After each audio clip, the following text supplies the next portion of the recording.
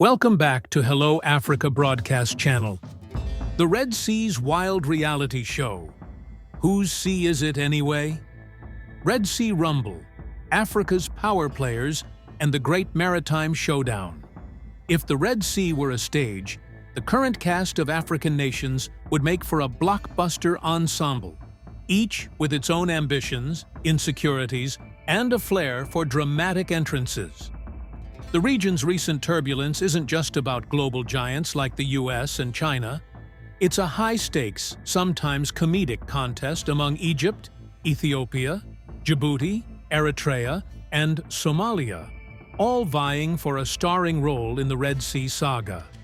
Egypt, the self-appointed director of this maritime drama, is grappling with a 60% plunge in Suez Canal revenues, a $7 billion hit, due to Houthi disruptions, forcing it to double down on Red Sea security and economic survival. President Abdel Fattah al-Sisi has launched a diplomatic campaign, hosting trilateral summits with Eritrea and Somalia, urging Red Sea states to lead on security, but notably excluding Ethiopia, which breeds mistrust. Egypt's navy now commands a major Red Sea task force, flexing its maritime strength and signaling that, in Cairo's eyes, the stretch from Suez to Aden is almost an Egyptian domain.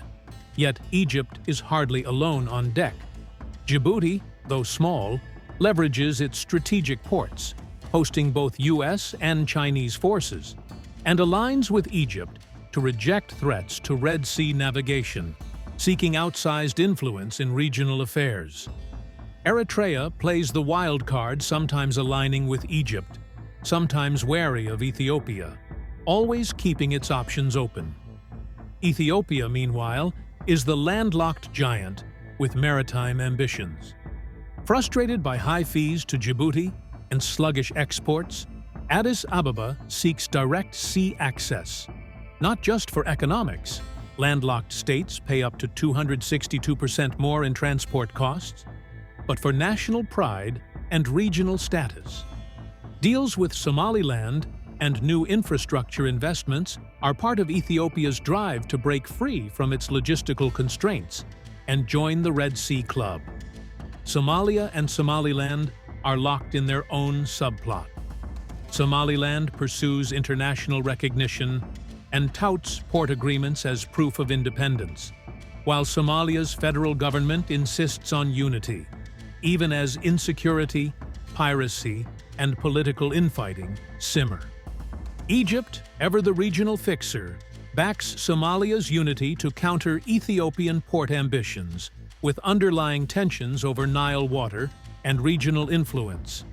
These maneuvers have raised both the stakes and the temperature in the Red Sea. Egypt's push for leadership could foster cooperation or trigger rivalry, as all parties eye the same shipping lanes and port deals. Djibouti and Eritrea, despite their size differences, are determined not to be sidelined, while Ethiopia's maritime aspirations could reshape the Horn's economic landscape. In the end, the Red Sea's African power players are locked in a dance of diplomacy, competition, and occasional comedy. Each wants to be the hero, but the Red Sea rarely grants starring roles for long. For now, the show goes on with naval parades, port negotiations, and the constant risk that the next act could be a group brawl or perhaps a surprising alliance. Whose sea is it? Anyway, the Red Sea's wild reality show. If the Red Sea had a reality TV show, it would be called Whose Sea Is It Anyway? Where the rules are made up, the alliances change every episode, and everyone's convinced they're the main character. This ancient waterway has seen more drama than a year's worth of soap operas, and in 2025, the plot twists just keep coming. Global powers, the ultimate game of dibs. First up, the world's heavyweights have turned the Red Sea into a floating game of Monopoly. Except, instead of hotels, it's all about naval bases and who can flex the most military muscle. The US and China have set up shop in Djibouti, eyeing each other suspiciously over the buffet table. Russia's busy building a base in Sudan, hoping to crash the party and maybe swipe a few trade routes. Meanwhile, the Europeans are patrolling, the Saudis are investing, and everyone's pretending not to notice the Houthis lobbing drones from Yemen like it's a carnival game.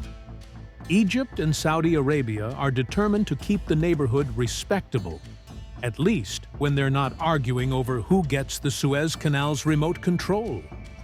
The Bab el-Mandeb Strait, that tiny bottleneck at the southern tip, is the ultimate do-not-block zone. One ship gets stuck or attacked, and suddenly, your online shopping is delayed, oil prices spike, and everyone's blaming their neighbor for the mess. Africa's power players, flexing, finessing, and fumbling. But don't think it's just the global giants stirring the pot. Africa's Red Sea Squad is in full form, each with their own ambitions and insecurities. Egypt, the self-styled director, is desperate to keep Suez Canal revenues flowing. With Houthi attacks sending ships the long way around Africa, Egypt's economy is sweating harder than a tourist in Aswan. President Sisi is hosting summits, leading naval coalitions, and reminding everyone that, in Cairo's eyes, the Red Sea is basically Egypt's backyard pool. Djibouti, small but mighty, is showing off its ports like a kid with the only lemonade stand on the block. Hosting everyone from the US to China, Djibouti's motto seems to be, "Why pick sides when you can rent to all?" Eritrea, meanwhile, is playing the wild card, sometimes cozying up to Egypt, sometimes giving Ethiopia the side-eye, always keeping the plot spicy. Ethiopia, the landlocked giant, is suffering from a serious case of port envy. Tired of paying sky-high fees to Djibouti and watching its exports crawl, Addis Ababa is on a quest for sea access. Deals with Somaliland, infrastructure dreams, and a lot of diplomatic charm are all part of Ethiopia's plan to join the Red Sea Club. Because nothing says regional heavyweight like finally getting your own keys to the harbor. Meanwhile, Somalia and Somaliland are locked in their own subplot. Somaliland waives its port agreements like a VIP pass, insisting it's a country, while Somalia's government claims everything's under control, even as pirates, politicians, and rival clans keep things as unpredictable as ever. Egypt, ever the fixer, pledges support for Somalia's unity, but the script is far from settled. Houthis, the new kids with the big slingshot, and then there are the Houthis, Yemen's answer to, what if rebels had drones? Since late 2023, they've been launching missiles at anything that floats, claiming solidarity with Gaza, but mostly causing shipping companies to take the scenic and expensive route around Africa. The US and UK have responded with airstrikes. The EU launched Operation Aspides, which sounds more like a salad than a naval mission. And insurance companies are popping antacids by the crate. Climate change, turning up the heat. As if pirates and proxy wars weren't enough, climate change is turning up the heat, literally. Water, farmland, and fish are scarcer than ever. And Gulf states are buying up land in the Horn of Africa like it's Black Friday at the supermarket. Coral reefs are bleaching, storms are getting nastier, and the Red Sea's ecosystem is on the ropes. The never-ending showdown. With all these players, it's no wonder the Red Sea is known as the graveyard of empires. Every time someone thinks they've got it under control, history throws in a new wild card. But here's the twist. The chaos has forced countries to talk, cooperate, sometimes, and even innovate. Naval coalitions are working together. Tech is making shipping safer. And even the insurance folks are inventing new ways to keep cargo moving. So, can the Red Sea finally become more than a stage for endless rivalry? Or will it keep hosting the world's most expensive game of battleship? The answer, as always, depends on whether the players can learn to share the sandbox and maybe, just maybe, clean up after themselves for once. Until then, the Red Sea bartender will keep pouring drinks and watching the show, one dramatic episode at a time.